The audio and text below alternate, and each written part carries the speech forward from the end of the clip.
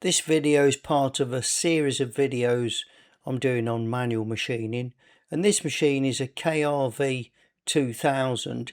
It's an XYZ machine. It's a turret mill, and these turret mills, they're all similar to the Bridgeport BRJ, and these are very versatile machines. You can tip the head over, you can tip it forward and backwards, you can rotate it, you do all sorts of stuff. So it's really useful for, you can tip the head right over and drill holes in the side of a part if you want to.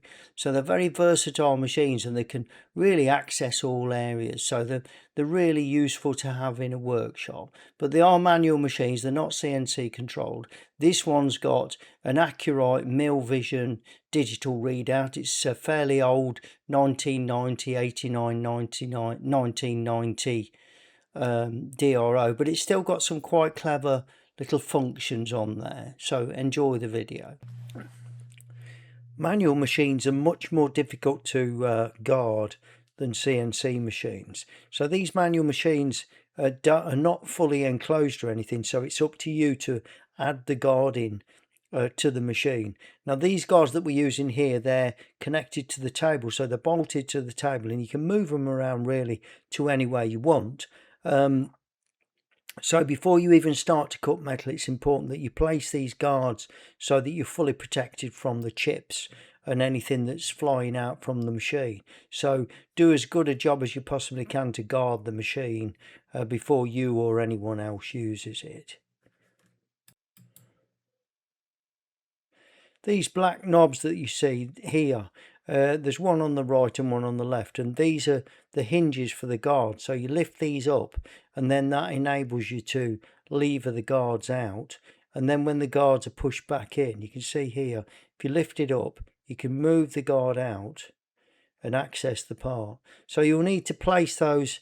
You've got the same thing on the left hand side, lift it up and rotate the guard. And you can see these bolts on the guards that you can actually move them, so you can take your tool out, take your drill out and reload your drill and everything. And then when you've done that, then that means that you can then just put these guards back where they were.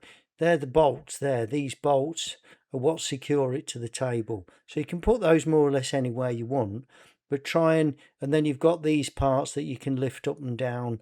You can move them in and out, or get them in virtually any way you want. Then when you push them in like this, they click into place. So that button drops in and it clicks into place and keeps them nice and secure.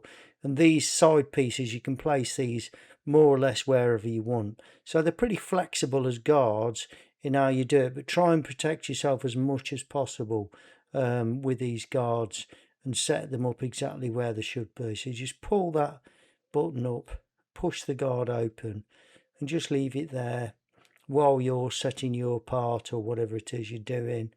Pull that one out, just move it out, and then that button is like on a spring, so you can move it up and down. And then when you need to put these guards back, you can just push them back, they click into place, and you can start machining your components. So position these as safely as you possibly can, and move them to any position that you want really.